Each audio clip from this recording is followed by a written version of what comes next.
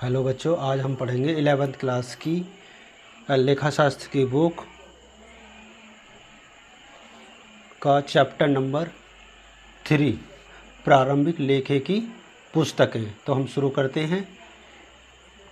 प्रारंभिक लेखे की पुस्तकें व्यापारिक व्यवहारों को सर्वप्रथम किसी हिसाब किताब की पुस्तक में मूल रूप से लिखने की क्रिया को प्रारंभिक लेखा या मूल प्रविष्टि कहते हैं तथा जिस पुस्तक में इन व्यवहारों को सर्वप्रथम लिखा जाता है उसे प्रारंभिक लेखे की पुस्तक कहते हैं। दोहरा लेखा प्रणाली के जन्मदाता ल्यूका पैसोली ने प्रारंभिक रूप से लिखने की निम्न 3 बहियों का वर्णन किया है।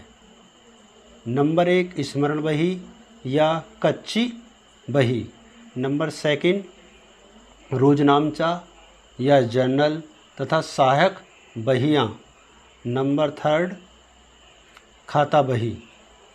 नंबर 1 स्मरण बही या कच्ची बही, यह दोहरा लेखा प्रणाली की प्रथम पुस्तक होती है।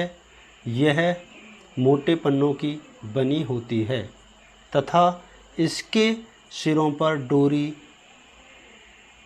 से एक पेंसिल बंधी रहती है जिसे जैसे ही कोई लेन देन होता है उसे तुरंत याददाश्त के रूप में क्रमानुसार लिख दिया जाता है और बाद में उन्हें प्रतिदिन साय को प्रारंभिक लेखे की पुस्तकों में उतार दिया जाता है। इसे कच्चा रोजनामचा, रफ बही या कच्ची बही भी कहा जाता है। नंबर 2 रोजनामचा या जर्नल। जर्नल शब्द की उत्पत्ति फ्रेंच भाषा के शब्द जौर से हुई है जिसका अर्थ डायरी या डेबुक से है। हिंदी भाषा में इसे दैनिक व्यवहार की पुस्तक या रोजनामचा कहते हैं। जर्नल में लेखा करने की क्रिया को प्रविष्टिकरण कहते हैं। इस पुस्तक में की गई प्रविष्टियों को रोजनामचा प्रविष्टि कहा जाता है।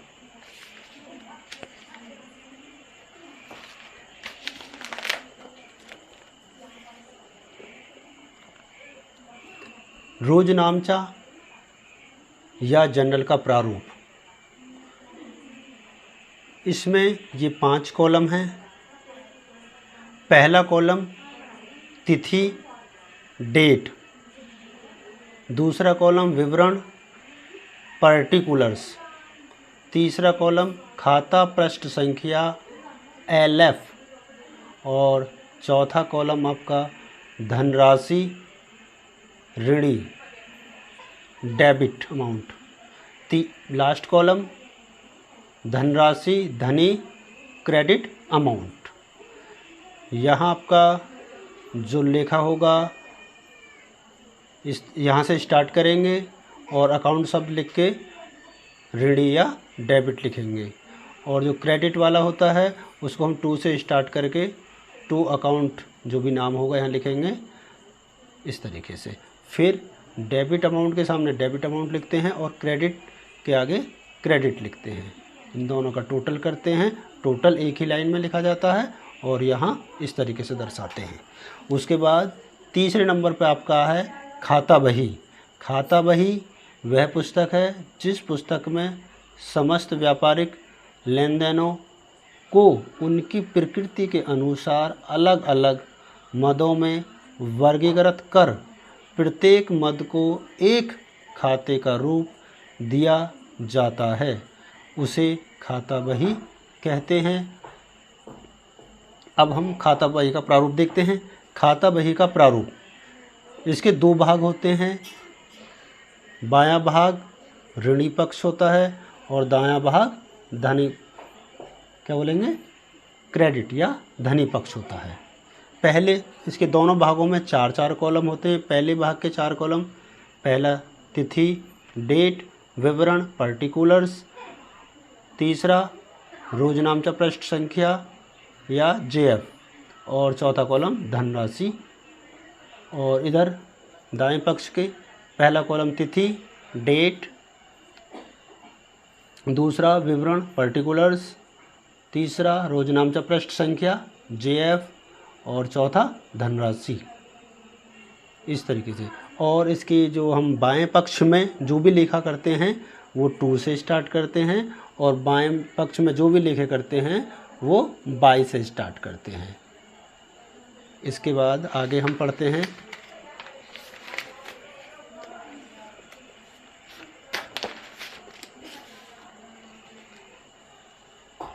खातों के प्रकार या क्लासिफिकेशन ऑफ अकाउंट्स।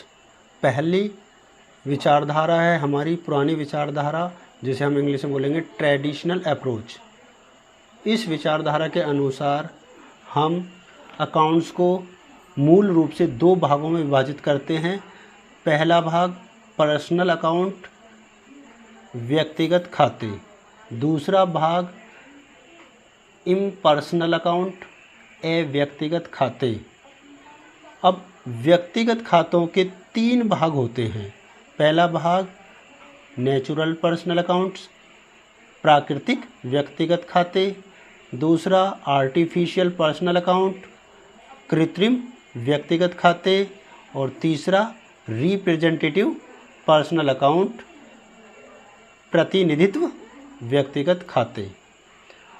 व्यक्तिगत खातों को हम 2 भागों में बांटते हैं, रियल अकाउंट वास्तविक खाते, नॉमिनल अकाउंट अवास्तविक खाते या नाममात्र खाते। अब हम आधुनिक विचारधारा के अकॉर्डिंग पढ़ते हैं मॉडर्न अप्रोच। आधुनिक विचारधारा के अनुसार हमारे खाते 5 प्रकार के होते हैं। पहले एसेट्स अकाउंट, संपत्ति खाते। दूसरे लायबिलिटी अकाउंट्स, दायित्व खाते। तीसरे कैपिटल अकाउंट, पूंजी खाते। चौथे रिवेन्यू अकाउंट, आय या लाभ खाते। और नंबर 5 एक्सपेंस अकाउंट, खर्चे या हानि खाते। अब हमारा अगला टॉपिक है रोजनामचा में जो भी हम लेखे करते हैं उनके डेबिट क्रेडिट के क्या नियम हैं। तो हमने इनको 2 भागों में बांट लिया है पूरे पेज को।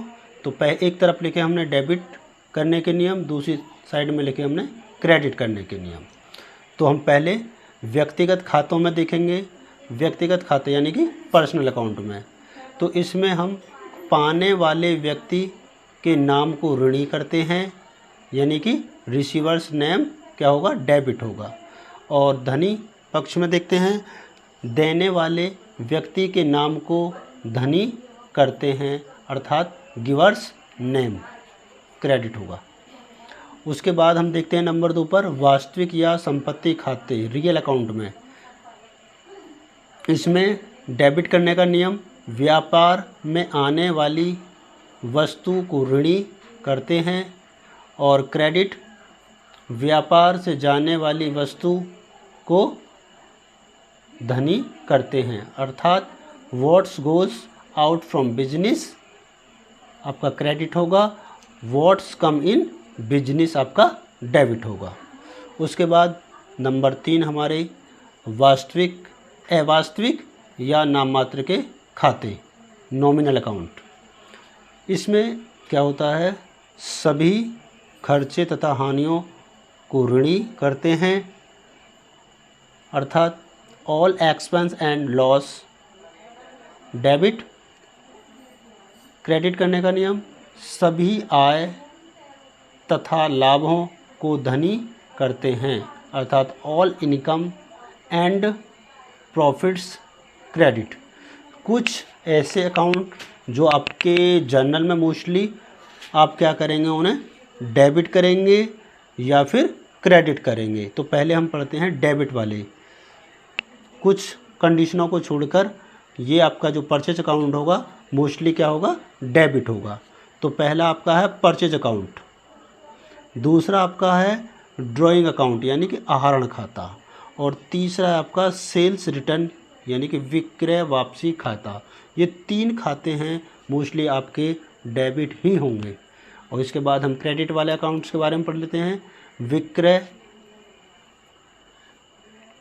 विक्रय या सेल्स अकाउंट, दूसरे नंबर पे कैपिटल अकाउंट यानी पूंजी खाता, और तीसरे नंबर पर परचेज रिटर्न या क्रय वापसी खाता। ये कुछ मैंने खातों के आपको नाम बताए हैं। ये ज़्यादातर आपके जो डेबिट वाले हैं वो डेबिट होंगे और जो क्रेडिट वाले हैं वो क्रेडिट ही होंगे। अब हम आगे पढ़ेंगे।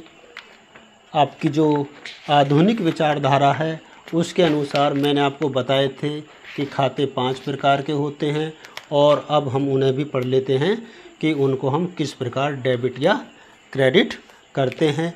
तो सबसे पहले हम देखेंगे आपका नंबर 1 एसेट्स या संपत्ति खाते।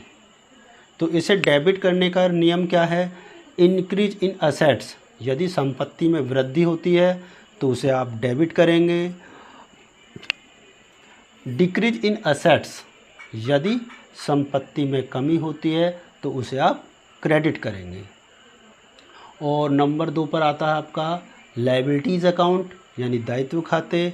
इसमें आप डेबिट करेंगे डिक्रीज इन लायबिलिटीज़, यदि लायबिलिटीज़ में कमी होती है या दायित्व में कमी होती है तो उसे आप डेबिट करते हैं या करेंगे। इंक्रीज इन लायबिलिटीज़, यदि दायित्वों में वृद्धि होती है तो उसे आप क्रेडिट करेंगे। उसके बाद आपका आता है नंबर 3 पर कैपिटल अकाउंट या पूंजी खाते। इनको डेबिट करने का नियम क्या है आपका? डिक्रीज इन कैपिटल, यानी कि पूंजी में कमी होने पर कैपिटल खाता आपका डेबिट होगा। उसके बाद क्रेडिट, इंक्रीज इन कैपिटल, मतलब अगर पूंजी में वृद्धि होगी तो आप पूंजी खाते को क्रेडिट करेंगे। नंबर 4 पर आपके एक्सपेंस या लॉस, खर्चे या हानि खाते। इनमें क्या होता है डेबिट करने का? इंक्रीज इन एक्सपेंस, मतलब यदि आपके खर्चों में या लॉसेस में वृद्धि होगी तो आप क्या करेंगे? उन्हें डेबिट करेंगे। Decrease in expense and loss, यदि आपके खर्चों में कमी होती है या लॉस में कमी होती है तो उन्हें क्या करेंगे? आप क्रेडिट करेंगे। और नंबर 5 पे आता है आपका रिवेन्यू या गेन, आय या लाभ खाते। इसमें डेबिट करने का रूल होगा आपका डिक्रीज इन रिवेन्यू, मतलब आपकी आय में या लाभों में कमी होती है तो आप उन्हें डेबिट करेंगे। इंक्रीज इन रिवेन्यू, यदि आपकी आय या लाभ में वृद्धि होती है तो उन्हें आप क्रेडिट करेंगे। अर्थात आज हमने इस प्रकार डेबिट क्रेडिट के रूल आपके दोनों विचारधाराओं के अकॉर्डिंग पढ़े हैं। अब आगे हम कुछ जर्नल में जो एंट्री करते हैं या लेखा जो हम करते हैं उसके बारे में पढ़ लेते हैं। तो सबसे पहले हम कुछ ऐसे व्यवहारों के बारे में पढ़ेंगे जो आप नगद, मतलब कैश के रूप में ही करते हैं। मतलब कैश में आपने किसी को या तो कैश दिया है या आपने किसी से कैश लिया है, मतलब या तो आपने भुगतान प्राप्त किया है या फिर आपने भुगतान किसी को दिया है। तो देखेंगे जैसे कि मैंने आपके सामने कुछ लेन देन लिखे हुए हैं। मैं कुछ इस तरीके से रख लेता हूँ इन्हें, आपको थोड़ा दिखेगा। तो जैसे मैंने एक एक करके बताता हूँ फिर मैं आपको। पहला है राम ने दिए। राम ने दिए अर्थात राम ने दिए हैं तो इसका मतलब क्या हुआ? हमारे पास कैश आया है। तो मैंने आपको एक नियम बताया था, आने वाली वस्तु डेबिट और देने वाले का नाम क्रेडिट। तो किसने दिया है? राम ने दिया है। तो हमने इसका लेखा किया है कैश अकाउंट डेबिट 500 रुपये, और देने वाले का नाम क्या है? राम, तो टू राम 500 रुपये क्रेडिट में। उसके बाद दूसरा लेखा है सोहन को दिए, हमने, अब इसका मतलब है दिए हैं तो हमारे पास से पैसे गए हैं, अर्थात किसके पास गए हैं, सोहन के पास गए हैं। तो सोहन कौन हो गया, रिसीवर हो गया, पाने वाला हो गया। तो सोहन डेबिट हो जाएगा 400 रुपये से, और टू कैश यानी कि हमारे पास से क्या जा रहा, कैश जा रहा, पैसा जा रहा है, तो हो जाएगा टू कैश क्रेडिट में आपका 400 रुपये। उसके बाद एक और लेन देन हमने लिखा है वेतन दिया, वेतन दिया 1000 रुपये, तो इसका लेखा क्या होगा, salary account debit to cash. Salary, salary क्या है, खर्चा, हमारे पास से पैसे जा रहे हैं, किसके रूप में जा रहे हैं, सैलरी के रूप में जा रहे हैं, तो मतलब ये हमारा क्या होगा, खर्चा होगा। मैंने आपको बताया था एक्सपेंसेस क्या होंगे, डेबिट होंगे। तो क्या है, सैलरी खर्चा हो गया तो सैलरी डेबिट होगा, और हमारे पास से क्या जा रहा है, कैश जा रहा है, तो कैश क्रेडिट होगा 1000 रुपये से। उसके बाद एक और एंट्री हमने और दिखाई है, किराया दिया 1500 रुपये। अब किराया क्या है, किराया भी खर्चा है, तो अब किराया क्या बोलेंगे हम, रेंट। तो रेंट क्या हो जाएगा आपका, डेबिट, और हमारे पास से फिर क्या जाएगा, कैश जाएगा, तो मतलब कैश क्या हो जाएगा, credit. Rent account debit to cash account 1500 रुपये। उसके बाद एक खर्चा और है, देखो ज़रा, कमीशन दिया, यहाँ भी हमारे पास से कैश जा रहा है, किसके रूप में जा रहा है, कमीशन के रूप में। तो कमीशन क्या है, खर्चा है, तो कमीशन को क्या कर देंगे हम, डेबिट कर देंगे। कमीशन अकाउंट डेबिट 400 रुपये, और हमारे पास से क्या जाएगा, फिर कैश जाएगा, तो cash account to cash account 400 रुपये। इसके बाद और भी एक खर्चा और दिखाया हमने, यहाँ देखेंगे, ब्याज दिया, ब्याज दिया 300 रुपये, तो इसका लेखा क्या करेंगे हम, इसका लेखा फिर वही करेंगे जैसे भी किया था। इंटरेस्ट एक्सपेंस हो गया, interest account debit to cash account 300 रुपये, दोनों में 300, डेबिट के सामने हम डेबिट अमाउंट लिखते हैं, क्रेडिट के सामने हम क्रेडिट अमाउंट लिखते हैं, ठीक है। इसके बाद अब ज़रा देखो, हम फिर एक एंट्री और है हमारी, देखो ज़रा क्या है, सुनील से प्राप्त किया, सुनील से प्राप्त किया 1200 रुपये। इसका मतलब क्या, हमने प्राप्त किया है, हमारे पास पैसे आए हैं, कैश हमारे पास आया है, तो एंट्री क्या बन जाएगी इसकी, एंट्री वो बन जाएगी आपकी, फिर देखो ज़रा, कैश आया है हमारे पास, कैश अकाउंट डेबिट, आने वाली वस्तु डेबिट 1200 रुपये। अब देने वाला कौन है, किसने दिए थे या किससे प्राप्त किया था हमने, सुनील से, तो देने वाला हो गया सुनील, देने वाले का नाम क्या होता है, क्रेडिट, तो टू सुनील 1200 रुपये, ठीक है। उसके बाद इसी प्रकार के और भी एंट्रियाँ हैं, राजेश ने प्राप्त किया, क्या है, राजेश ने प्राप्त किया, रिसीवर कौन हो गया, राजेश, ठीक है, और क्या प्राप्त किया है, कैश प्राप्त किया है, तो एंट्री क्या बन जाएगी आपकी, राजेश आपका डेबिट हो जाएगा, रिसीवर्स डेबिट यानी पाने वाला डेबिट 1100 रुपये, और क्या प्राप्त किया उसने, कैश प्राप्त किया है, मतलब हमारे पास से कैश गया है, तो टू कैश अकाउंट 1100 रुपये। ऐसे ही अब कुछ जो हमारे नॉमिनल अकाउंट होते हैं तो उनको हम इनकम के रूप में भी देख सकते हैं, जैसे कि एक मैंने यहाँ पे कुछ एग्जांपल लिए हैं, जैसे पहला है आपका ब्याज मिला 250 रुपये। अब देखो ज़रा, ब्याज मिला है ना, तो ब्याज मिला है तो मतलब क्या आया, मिला होगा हमें कैश, तो हमारे पास क्या आया होगा, कैश आया है, तो कैश अकाउंट डेबिट 250 रुपये। किसके रूप में आया, क्या इनकम हुई है हमारी, मैंने बताया आपको, इनकम्स एंड प्रॉफिट्स क्या होंगे, क्रेडिट होंगे, तो यहाँ इनकम हमारी क्या है, ब्याज, तो ब्याज हमने क्या किया, प्राप्त किया है, इंटरेस्ट रिसीव अकाउंट कितना 250 रुपये। उसके बाद एक और हमने दिखाया है, क्या था, किराया मिला 2100 रुपये, किराया मिला मतलब किराया हमने प्राप्त किया, कितने रुपये प्राप्त किया है, 2100 रुपये। तो क्या एंट्री बन जाएगी इसकी, cash account debit to interest received 2100 रुपये। वैसे ही एक और है, जैसे हमने अभी लिया था कमीशन को, तो यहाँ हमने कमीशन को इनकम के रूप में दिखाया है। कमीशन मिला 1700 रुपये, कमीशन मिला 1700 रुपये। तो इसमें क्या हमारे पास कैश आया है, तो क्या एंट्री बनाएंगे, cash account debit to commission received. क्या बनाएंगे, cash account debit to commission received 1700 रुपये। अब इसके बाद ये हमारा पेज पूरा भर गया है, देखो ज़रा यहाँ से, और इसका हम पूरा ऊपर से और लास्ट तक टोटल करेंगे दोनों कॉलमों का। अगर हमने सही किया है तो दोनों का टोटल बिल्कुल इक्वल आएगा, एक जैसा आएगा। देखो 10,450 10,450 है टोटल। अब इसको CF मतलब कैरी फॉरवर्ड, इसे हम आगे लेके जाएंगे नेक्स्ट पेज पर, और फिर जब अगले पेज पर लिखा होगा तो सबसे ऊपर यही वाली अमाउंट हम लिखते हैं।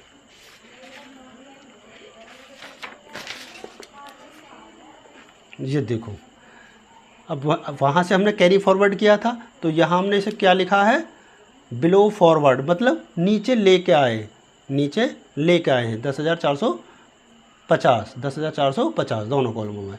इसके बाद हमारे फिर कुछ हमने खर्चों के एग्जांपल लिए हैं। वैसे ही टेलीफोन, या यहाँ पे पहले लिया है हमने, यहाँ पे देखो ज़रा, मजदूरी दी 100 रुपये, तो मजदूरी को बोलते हैं वेजेस। मजदूरी दी मतलब खर्चा हो गया। Wages account debit to cash account 100 रुपये। अगला ऐसा ही हमारा एक खर्चा और है, जैसे टेलीफोन व्यय का भुगतान किया 350 रुपये, डाक व्यय का भुगतान किया 150 रुपये। तो पहला क्या था हमारा, टेलीफोन एक्सपेंस या टेलीफोन व्यय, तो टेलीफोन एक्सपेंस अकाउंट डेबिट 350 रुपये हो जाएगा, और टू कैश यानी कैश हमारे पास हो जाएगा, तो टू कैश 350 होगा। उसके बाद एक खर्चा है हमारा डाक व्यय, डाक व्यय को बोलेंगे postage expense. Postage expense account debit 150 रुपये और टू कैश 150 रुपये। इस प्रकार ये कुछ हमने लेन देन पढ़े हैं जिनमें आपका कैश या तो आया है या तो कैश गया है। ये नगद लेन देन के कुछ लेखे हमने पढ़े हैं। इसके बाद हम कुछ पढ़ेंगे जो हम माल खरीदते हैं या बेचते हैं। तो पहली बार में हम पढ़ेंगे कुछ ऐसे लेन देन जो हमारे माल खरीदने के लेन देन होते हैं, या जिन तरीक़ों से हम माल खरीद सकते हैं। तो वो हमारे यहाँ सभी सिचुएशंस को मैंने यहाँ मेंशन किया है, जितने भी तरीके हो सकते हैं माल खरीदने के, जिसमें आपका देखो पहला मैंने तरीका लिया है माल खरीद, नगद माल खरीदा है। दूसरा तरीका है राम से माल खरीदा है। तीसरा है आपका राजेश से उधार माल खरीदा है। राजा से नगद माल खरीदा है। माल खरीदा, माल क्रय किया। सुरेश ने माल बेचा। देखो जरा इसे ध्यान से पढ़ो, सुरेश ने माल बेचा मतलब ये माल बेचने की एंट्री नहीं है, माल खरीदने की एंट्री है। सुरेश अपने यहाँ बेचने की बनाएगा, हम उस जब उसने बेचा है तो इसका मतलब क्या हुआ, हमने खरीदा है। उसके बाद देखेंगे नेक्स्ट एंट्री, विकास ने नगद माल बेचा। इसका मतलब क्या, उसने नगद बेचा है तो इसका मतलब है हमने नगद खरीदा है। इसके बाद है नेक्स्ट, शिवम ने उधार माल बेचा। उसने उधार माल बेचा है तो इसका मतलब है कि हमने उधार माल खरीदा है। तो इन एंट्रियों को जनरल में किस प्रकार दिखाएंगे तो मैं वन बाय वन आपको करके दिखाता हूँ। तो पहली एंट्री थी नगद माल खरीदा। नगद माल खरीदा है तो हमारे पास जब हम माल खरीदते हैं तो उसको गुड्स या परचेज लिखते हैं, तो हम एक ही लेके चलेंगे, या तो परचेज लेके चलेंगे या फिर गुड्स लेके चलेंगे। तो पहली एंट्री है आपकी माल खरीदने की, तो उसमें क्या था, हमने माल खरीदा, तो एंट्री बनेगी purchase account debit to cash 500 रुपये। दूसरी एंट्री क्या थी, देखो ज़रा फिर, राम से माल खरीदा। पहले था नगद माल खरीदा, इसमें आ गया नाम। अब ये नहीं क्लियर हमारा कि हमने नगद खरीदा है या उधार खरीदा है। जब नाम दिया हुआ होगा तो हम ये मानेंगे सीधा सीधा कि हमने उधार माल खरीदा है।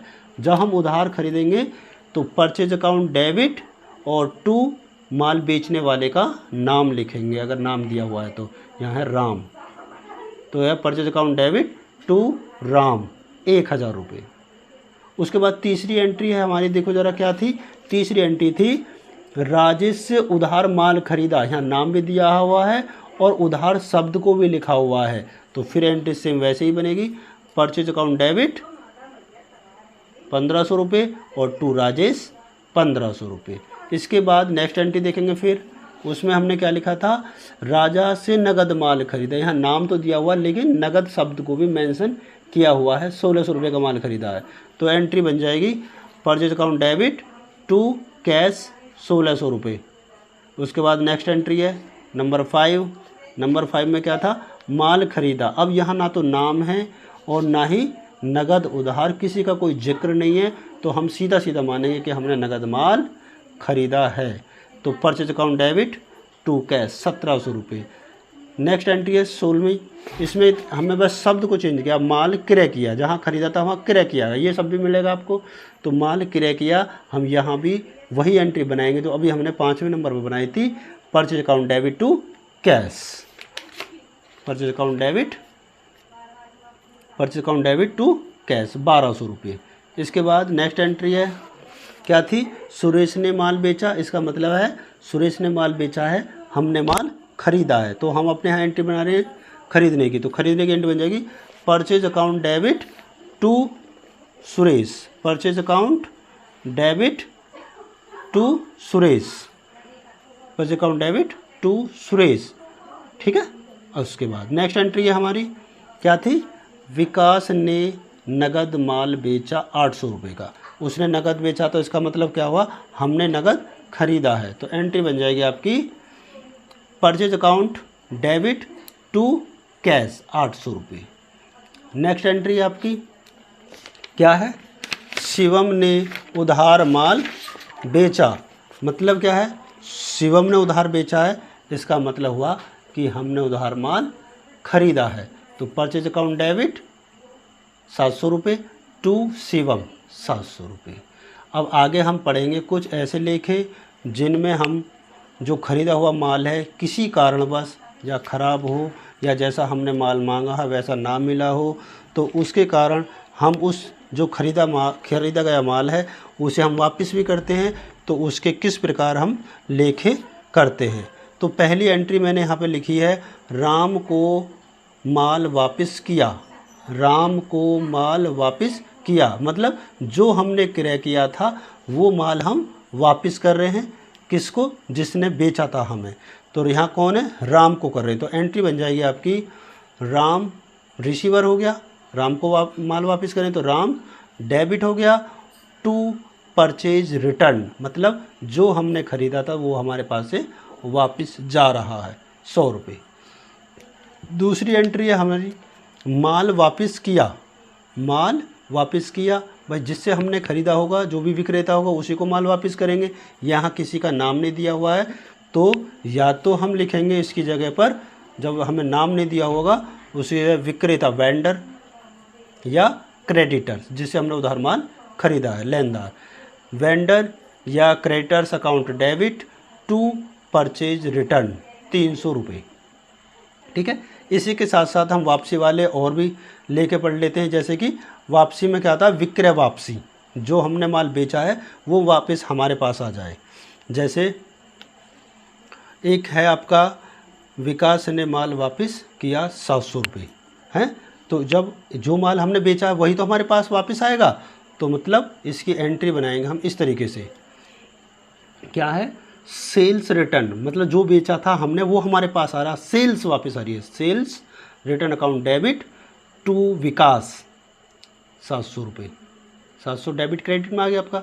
फिर नेक्स्ट है दूसरी ट्रांजैक्शन, फिर हमारी उसी तरीके की है जैसे कि अभी हमने उधार वाली वापसी वाली पढ़ी थी, क्या है, माल वापस आया, माल वापस आया 1000 रुपये का, इसका मतलब क्या हुआ, जो माल हमने बेचा था वह माल हमारे पास वापस आया है, तो एंट्री क्या बनेगी, सेल्स रिटर्न अकाउंट डेबिट 1000 रुपये टू परचेज़र, कौन है, जिसने हमसे ख़रीदा था, खरीद रहे हैं, क्रेता या डेटर्स अकाउंट 1000 रुपये। क्लियर। इसके बाद हम इसी में आगे अभी हमने पढ़े विक्रय या बेचे गए माल का वापस आने का लेखा। इसी प्रकार अब हम बेचने के पढ़ लेते हैं। तो बेचने के क्या थे, बेचना या विक्रय किए गए माल के लेन देनों का लेखा। तो एक इसी कड़ी में मैं आगे कुछ ट्रांजैक्शन तुम्हारे सामने रखता हूँ। जो सिचुएशन हमारी किस में थी, माल खरीदने में थी, वो सेम हमारे यहाँ पर माल बेचने में भी होती हैं। तो ध्यान से समझेंगे इन्हें, सेम वही है तरीका। तो पहली एंट्री थी हमारी नगद माल बेचने की, नगद माल बेचा 1000 रुपये। दूसरी है ट्रांजैक्शन आपकी सुमित को माल बेचा 1100 रुपये। तीसरी है आपकी अजीत को उधार माल बेचा 1300 रुपये। अरविंद को नगद माल बेचा 1200 रुपये। माल बेचा 1500, माल विक्रय किया 1700। सुधीर ने माल क्रय किया 2000 रुपये। सुरेश ने नगद माल क्रय किया 2500 रुपये। राजू ने उधार माल क्रय किया 3000 रुपये। ठीक है, इन्हें अब हम 1 बाय 1 पढ़ते हैं। तो पहली ट्रांजैक्शन आपकी क्या है, नगद माल बेचा। तो नगद माल बेचा तो इसमें क्या होगा, और नगद हम माल किसी को बेचते हैं तो क्या होता है, हमारे पास क्या आता है, कैश आता है। तो कैश अकाउंट डेबिट 1000 रुपये टू सेल्स अकाउंट 1000 रुपये। दूसरी एंट्री क्या थी, सुमित को माल बेचा, सुमित को माल बेचा। यहाँ हमने ये नहीं लिखा है कि सुमित को हमने नगद बेचा है या उधार बेचा है। नाम दिया हुआ तो इसका मतलब उधार बेचा। तो एंट्री बन जाएगी आपकी Sumit debit to sales account. Clear. उसके बाद तीसरी एंट्री देखो जरा क्या थी, तीसरी एंट्री थी अजीत को उधार माल बेचा। यहाँ हमने उधार शब्द को लिख दिया है, ऊपर नहीं था, इसमें लिख दिया है। तो एंट्री होगी उधार की। तो सेम वही एंट्री बनेगी, Ajit debit to sales account 1300 रुपये, डेबिट में और क्रेडिट में। उसके बाद देखो जरा नेक्स्ट एंट्री क्या थी, नेक्स्ट एंट्री अरविंद को नगद माल बेचा।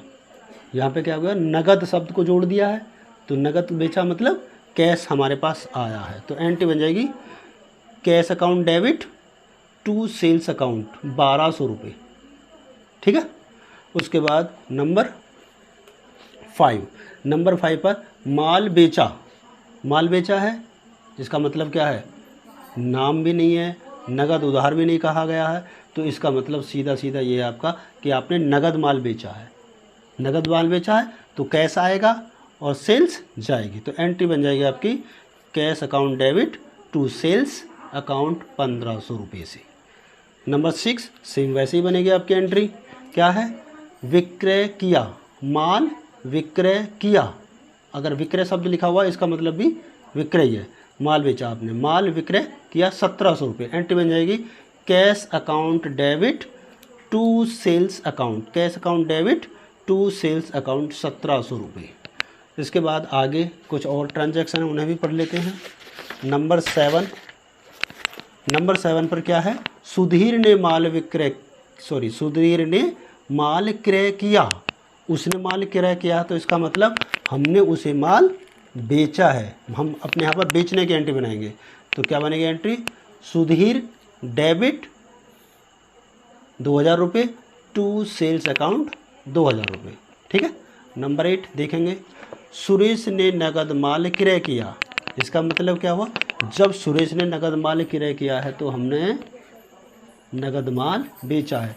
नगद माल बेचने की एंट्री क्या बनेगी, कैश अकाउंट डेबिट 2500 रुपये टू सेल्स अकाउंट 2500 रुपये।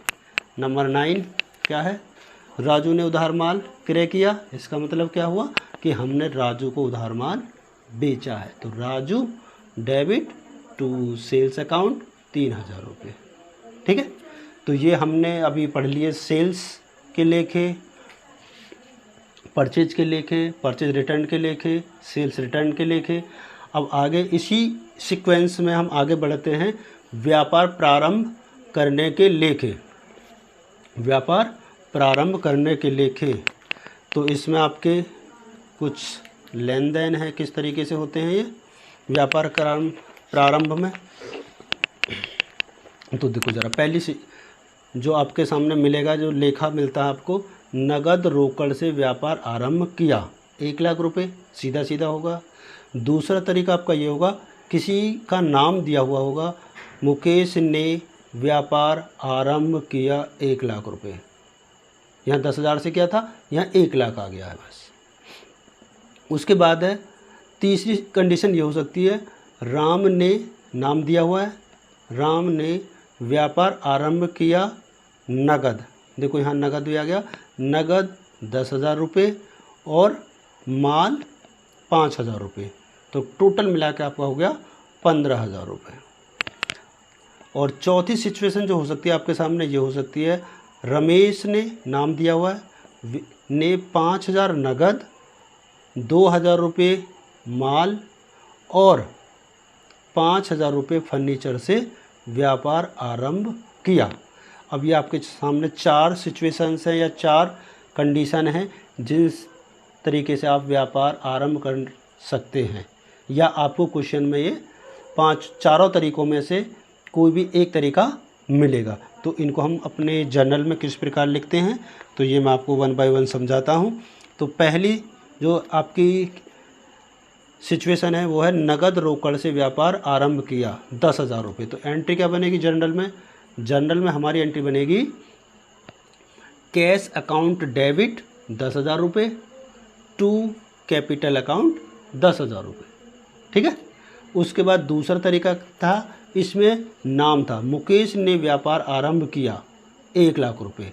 अब नाम दिया हुआ हो नहीं दिया हुआ हो, एंट्री सिर्फ क्या बनती है, बिजनेस में क्या आ रहा है, बिजनेस में क्या लायबिलिटीज बढ़ रही है या बिजनेस से क्या जा रहा है।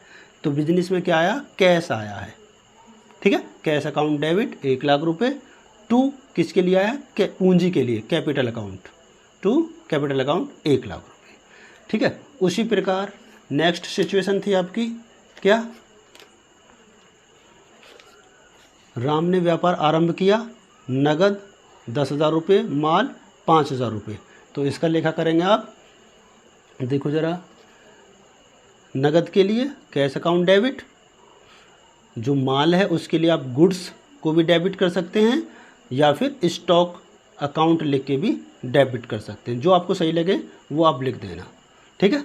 तो क्या हो जाएगा, गुड्स या स्टॉक अकाउंट डेबिट 5,000 रुपये टू कैपिटल अकाउंट्स, इन दोनों का टोटल आपकी पूंजी बन जाता है 15,000 रुपये। ठीक है। इसी प्रकार और नंबर लास्ट वाला जो था आपका, रमेश ने 5,000 रुपये नगद, 2,000 रुपये माल और 5,000 रुपये फर्नीचर से व्यापार आरंभ किया। तो इसको हम बनाएंगे इस तरीके से, जर्नल में इस तरीके से लिखेंगे, क्या होगा आपका, कैश अकाउंट डेबिट 5,000 रुपये, गुड्स या स्टॉक माल के लिए डेबिट 2,000 रुपये और फर्नीचर अकाउंट 5,000 रुपये डेबिट हो जाएगा, और टू कैपिटल अकाउंट आप 5,000 प्लस 2,000 प्लस 5,000 अर्थात टोटल मिला के हो गया आपका 12,000, ये आ जाएगा कैपिटल अकाउंट में। तो इस प्रकार हमने आज डेबिट क्रेडिट के रूल्स और जर्नल में लेखे करने के नियम, खातों के क्लासिफिकेशन के बारे में इस तरीके से पढ़ा। अच्छा, तो आप आगे वीडियो में और भी कुछ पढ़ेंगे, तो इसके लिए आप वीडियो को शेयर करें, चैनल को सब्सक्राइब करें। ठीक है, ओके।